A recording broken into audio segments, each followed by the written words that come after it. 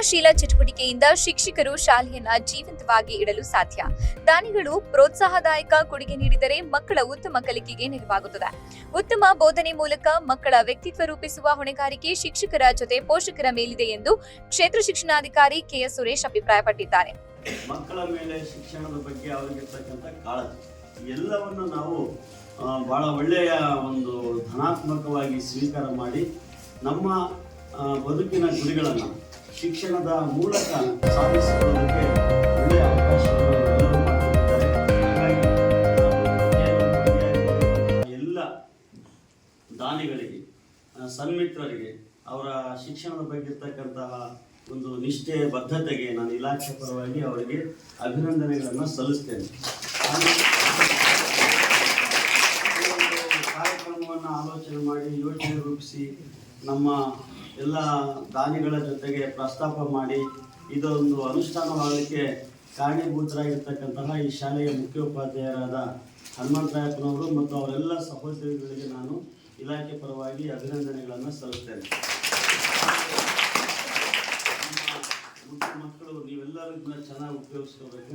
ನಾನು ಈಗಾಗಲೇ ಇದು 3ನೇ ಭೇಟಿ ಈ ವರ್ಷ ಅಲ್ಲ, ನೀವು ಕರೆದ ಒಂದು ಸಂದರ್ಭದಲ್ಲೆಲ್ಲ ಬರ್ತೀನಿ. ಮುಖ್ಯವಾಗಿ ನಮ್ಮ ಮಕ್ಕಳು ಶಾಲೆಗೆ ತಪ್ಪಿಸ್ಕೋಬಾರ್ದು. ಪ್ರತಿದಿನ ಶಾಲೆಗೆ ಬರಬೇಕು. ಪ್ರತಿ ಅವಧಿಯಲ್ಲಿ ನಡೆಯುವಂತಹ ವಿಷಯವಾದ ತರಗತಿಗಳಲ್ಲಿ ನಿಮ್ಮ ಒಂದು ಭಾಗವಹಿಸುವಿಕೆ ಕ್ರಿಯಾತ್ಮಕವಾಗಿ ಮತ್ತು ಮಾನಸಿಕವಾಗಿ ಎಲ್ಲ ರೀತಿಯಲ್ಲಿ ಏಕಾಗ್ರತೆಯಿಂದ ಕೂಡಿರಬೇಕು. ಪ್ರತಿಯೊಂದು ಅಂಶವನ್ನು ತಿಳ್ಕೊಂಡು ಅರ್ಥವಾಗಿಲ್ಲ ಅಂದರೆ ಅದನ್ನು ಮತ್ತೆ ಅಲ್ಲೇ ಆ ಗೊಂದಲವನ್ನು ಬಗೆಹರಿಸಿಕೊಂಡು ನಿಮ್ಮ ಒಂದು ಕಲಿಕೆಯನ್ನು ಉತ್ತಮ ಗುಣಮಟ್ಟದ ಎತ್ತರಕ್ಕೆ ಏರಿಸಿಕೊಳ್ತಕ್ಕಂಥ ನಿಮ್ಮ ಒಂದು ಜವಾಬ್ದಾರಿ ಇದೆ.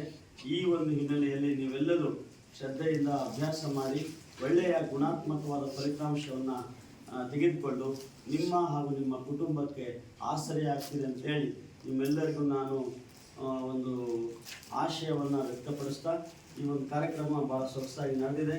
ಇಂಥ ಕಾರ್ಯಕ್ರಮಗಳು ನಡೆದು ನಮ್ಮ ಸರ್ಕಾರಿ ಶಾಲೆಗಳು ಸಬಲೀಕರಣವಾಗಬೇಕು. ಶಾಲೆಗಳ ಸಬಲೀಕರಣಕ್ಕೆ ಸಾರ್ವಜನಿಕರ ಮತ್ತು ಸಮುದಾಯದವರ ಪ್ರೋತ್ಸಾಹ, ಬೆಂಬಲ ಬಹಳ ಮುಖ್ಯ.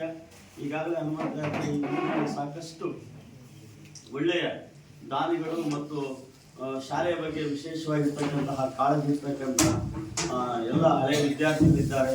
ಅವರ ಒಂದು ಸಹಕಾರದಿಂದ ಸೂಕ್ತ ಸಂಪನ್ಮೂಲವನ್ನು ಕ್ರೋಢೀಕರಿಸಿ ಈ ಶಾಲೆಯನ್ನು ಸಶಕ್ತವಾಗಿ ಬೆಳೆಸ್ತೀನಿ ಅನ್ನುವಂಥ ಅವರ ಸಂಕಲ್ಪಕ್ಕೆ ನಾವು ಕೂಡ ಒತ್ತಾಸೆಯಾಗಿರ್ತೀವಿ ಅಂತೇಳಿ ಈ ಸಂದರ್ಭದಲ್ಲಿ ಹೇಳಿ ನನ್ನ ಒಂದು ಇಲ್ಲಿ ಕರೆಸಿ ತಾವೆಲ್ಲ ಸಮೀಪದ ದೊಡ್ಡಚೆಲ್ಲೂರು ಗ್ರಾಮದ ಸರ್ಕಾರಿ ಪ್ರೌಢಶಾಲೆಯಲ್ಲಿ ಸೋಮವಾರ ಆಯೋಜಿಸಿದ್ದ ದಾನಿಗಳಿಂದ ವಿವಿಧ ಬಗೆಯ ಕೊಡುಗೆ ವಿತರಣಾ ಹಾಗೂ ಗುರುವಂದನಾ ಕಾರ್ಯಕ್ರಮದಲ್ಲಿ ಪಾಲ್ಗೊಂಡು ಮಾತನಾಡಿದರು.